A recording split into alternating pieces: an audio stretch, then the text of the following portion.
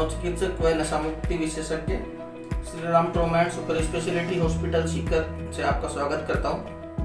दोस्तों, कोरोना की महामारी ने पूरे विश्व को इस समय झकझोर सा दिया है और इससे लड़ने में जो तरीका सबसे ज्यादा कारगर साबित हो रहा है वो है लॉकडाउन। लॉकडाउन से हम वायरस को काबू तो कर पा रहे हैं, लेकिन इसके नकारात्मक प्रभाव हमारे मानसिक स्वास्थ्य पर देखने को मिल रहे हैं। देश भर से ऐसी खबरें आ रही हैं कि लोग वायरस के डर की वजह से या अकेलेपन की वजह से डिप्रेशन के शिकार हो रहे हैं। एक जामा साइकेट्री के शोध पत्र में पाया गया है कि ज्यादातर लोग रोजमर्रा की पसंदीदा गतिविधियों के जरिए नकारात्मक ख्यालों को दूर करने की कोशिश करते हैं। पसंदीदा गतिविधियों के द्वारा मूड को नियंत्रित करने की इस प्रक्रिया को मूड होमियोस्टेसिस कहते हैं। मतलब मूड को एक लेवल तक बना के रखना, ना ज्यादा परेशान ना ज्यादा खुश। इसी दौरान पाया गया कि ज्यादातर समय तनाव में घिरे रहने वाले लोगों में मूड होमियोस्टेसिस की प्रक्रिया में ज्यादा समय लगता है और जिन लोगों में डिप्रेशन या कोई मानसिक समस्या होती है उनमें मूड होमियोस्टेसिस की परेशानी की प्रक्रिया पाई ही नहीं जाती है। इस दौरान जो लोग पहले से डिप्रेशन के शिकार हैं उनमें ये देखा गया है कि एंटी डिप्रेसेंट का या साइकोलॉजिकल थेरेपी का 50% से ज्यादा लोगों में इस समय फायदा नहीं मिल पा रहा है। लोग एक्स्ट्रा अधिक तनाव में। इंडियन साइकेट्रिस्ट सोसाइटी ने इस पे सर्वे किया और उन्होंने पाया कि हाल ही के दिनों में मानसिक अवसाद के मामलों में 20% तक की बढ़ोतरी हुई है। यानी भारत की जनसंख्या के हिसाब से 200 मिलियन से ज्यादा लोग किसी न किसी मानसिक समस्या से जूझ रहे हैं। इस डर की वजह से दुनिया में कई लाख से ज्यादा लोग प्रभावित हैं और कई लाख लोग मर भी चुके हैं। बढ़ते संक्रमण को देखते हुए लोग घरों में ही हैं, लेकिन इसका नकारात्मक असर उनके मानसिक स्वास्थ्य पर साफ दिखाई दे रहा है। ज्यादातर लोगों में नौकरी जाने का डर, अनिश्चितता का भय, बीमारी या अपने किसी खोने का भय बढ़ता जा रहा है और इसकी वजह से बहुत ज्यादा मानसिक तनाव की वजह से लोग आत्महत्या जैसे भयानक कदम भी उठा रहे हैं। आत्महत्या की दरों में भी इस दौरान काफी ज्यादा बढ़ोतरी पाई गई है। मनोवैज्ञानिक ने दोस्तों इस पे एक स्टडी करी जिसमें उन्होंने लगभग 2000 लोगों को लिया और उन्होंने पाया कि लॉकडाउन के बाद लोगों की मानसिक अवस्था कैसे बदलती है। स्टडी में शामिल 95% लोगों ने कहा कि रात में नींद खुलने पर भी वो साबुन से हाथ धोने चले जाते हैं। लगभग 75% लोगों ने माना कि उन्होंने अगले 2 से 3 महीने की ताड़-बतोड़ खरीदारी कर डाली, क्योंकि उनको अनिश्चितता है कि ये चीज कब तक चलेगी, कब तक रहेगी। स्टडी क्या कहती है कि क्वारंटाइन में रहने के कारण लोगों के मानसिक स्वास्थ्य पर जो असर है वो दोस्तों केवल क्वारंटाइन तक नहीं रहेगा, वो लंबे समय तक चलेगा। पहले भी जब पेंडेमिक मतलब महामारी की बीमारी दुनिया में आई है तो उसका असर काफी वर्षों तक दिखा गया है। इस पर अमेरिकन साइकेट्रिक एसोसिएशन के डायरेक्टर का ये कहना है कि कोरोना से उबरने के बाद भी anxiety, post traumatic stress disorder, depression और खुदकुशी का ग्राफ तेजी से बढ़ेगा। साथ ही नशा करने वाले लोगों की संख्या भी बढ़ेगी। अब इसका इलाज क्या है कि हम तुरंत इन मामलों की हमारे घर पर पहचान कर सकें। भारत में मानसिक सेहत के हालात इतने खराब है कि यहाँ हर 5वां शख्स किसी न किसी तरह की मानसिक समस्या से जूझ रहा है।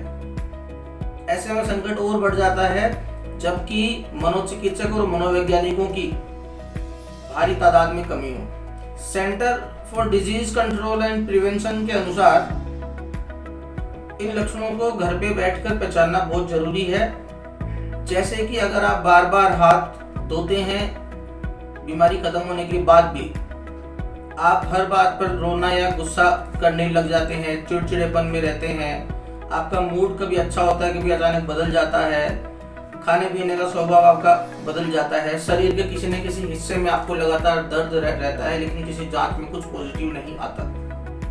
आइए समझते हैं ऐसे किसी व्यक्ति को डिप्रेशन की समस्या हो तो उसमें किस तरीके के लक्षण मिलेंगे। किसी भी काम में मन नहीं लगना, पहले जिन चीज़ों में उसको अच्छा लगा करता था उन गतिविधि में उसको पसंद नहीं आना, लगातार थकान में रहना, हमेशा उदास रहना, सुस्ती और थकान का अनुभव, नशीले पदार्थों का सेवन करना, चिड़चिड़ापन या बेचैनी बढ़ जाना, नींद कम या ज्यादा होना, भूख कम या ज्यादा होना और हेल्पलेसनेस, मतलब कि अब हमारी कोई मदद नहीं कर सकता, अब हमारा इस दुनिया में कुछ नहीं हो सकता, इससे बढ़िया तो हम मर जाएं तो ही अच्छा है। Death wished, suicidal ideation.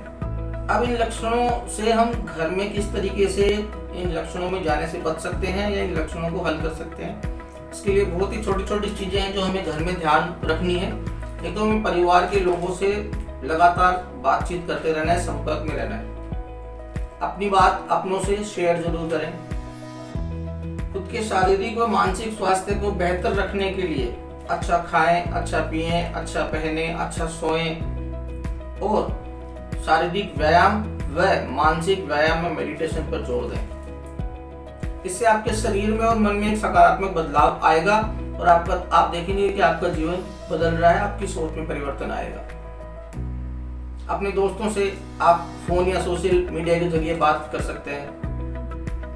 इस दौरान आत्म मंथन का समय जो आपको मिल रहा है उसका पूरी तरीके से आप सदुपयोग कर सकते हैं कि आपकी नौकरी में, आपकी जिंदगी में, आपकी पर्सनल लाइफ में जो समस्याएं चल रही थी उसमें आपका क्या हिस्सा हो सकता है कि आप उसको कैसे ठीक करो।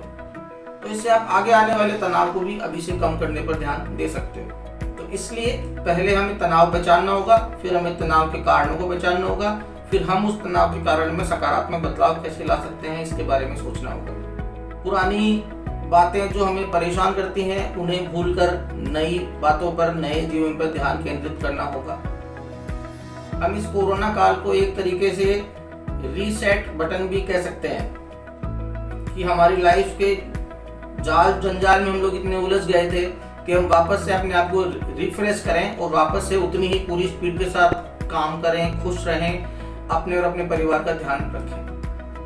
इसके बावजूद आपको लगता है कि नहीं कोई परेशानी है और हम उस पर पार नहीं पा रहे हैं, तो आप अपने निकटतम मनोचिकित्सक या मनोवैज्ञानिक से जरूर सलाह लें। दोस्तों ये डिप्रेशन की बात मैं कर रहा था, इसके अलावा एक मैंने बीमारी बोली post traumatic stress disorder. Post traumatic stress disorder के मामले पहले भी जब पेंडेमिक मतलब महामारी आई थी तो देखे गए हैं। उसमें बीमारी के चले जाने के बाद भी उस बीमारी का डर, उस बीमारी के डर की वजह से घबराहट होना, उस बीमारी के समय लोगों की मौत या वो घटनाएं या वो न्यूज बार बार आंखों के सामने आना, अपने आसपास किसी कोरोना पीड़ित की मौत अगर हुई हो उसके बारे में बार बार ध्यान आना और उसकी वजह से आपको नींद कम आना, बेचैन रहना, घबराहट रहना, ये सब परेशानियां बीमारी के काल के चले जाने के बाद भी हो सकती है। इसमें आप तुरंत अपने मनोचिकित्सक से, अपने आसपास के जो भी मनोचिकित्सक हैं उनसे संपर्क करें। पोस्ट ट्रॉमेटिक स्ट्रेस डिसऑर्डर एक दवाई और काउंसलिंग के माध्यम से ठीक होने वाली बीमारी है, डिप्रेशन की तरह ही। इसके अलावा दोस्तों एक बीमारी सामने आती है, वो है पेंडेमिक साइकोसिस। पेंडेमिक साइकोसिस का मतलब है कि महामारी के बाद ये देखा गया है कि साइकोसिस या सिजोफ्रेनिया के मरीजों की संख्या में बढ़ोतरी होती है। 1919 में इन्फ्लुएंजा के पेंडेमिक के बाद काफी लोगों में सिजोफ्रेनिया की बीमारी बढ़ गई।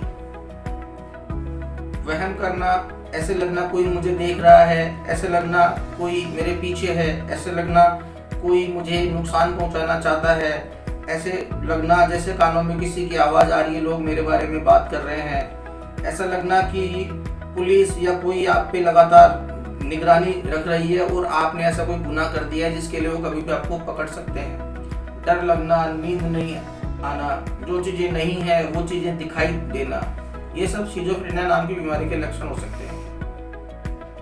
तो इन्फ्लुएंजा के पेंडेमिक के बाद ये देखा गया था। अभी फिलहाल इस 1-1.5 महीने के पीरियड में मैं 2 से 3 मरीज ऐसे देख चुका हूँ जिसमें कोई भी कोरोना के लक्षण नहीं थे, जिसमें आसपास घर में किसी को कोरोना नहीं था, जिसका कोरोना का टेस्ट भी इवन नेगेटिव आया था, वो भी मुझे कोरोना है कि एक वहम की बीमारी में जी रहे थे और उन्हें डर था कि मेरा कोरोना मेरे घर वालों को नहीं लग जाए। काउंसलिंग के माध्यम से इसको ठीक नहीं कर पाए क्योंकि ये दिमाग में केमिकल बदलाव करने के बाद ऐसा होता है। उन पेशेंट्स को दवाई दी गई, उनके माइंड को इस लेवल तक लाया गया कि वो काउंसलिंग का मतलब समझ सकें और अब वो ठीक है। लेकिन सोचिए अगर आप वो लोग हम तक नहीं पहुंचते तो उस मरीज की क्या स्थिति होती। वो काफी दिनों से सो नहीं रहा था, अपने बच्चों से दूर था, अपने घर वालों से दूर था, सबको कह रहा था मेरे पास मत आओ।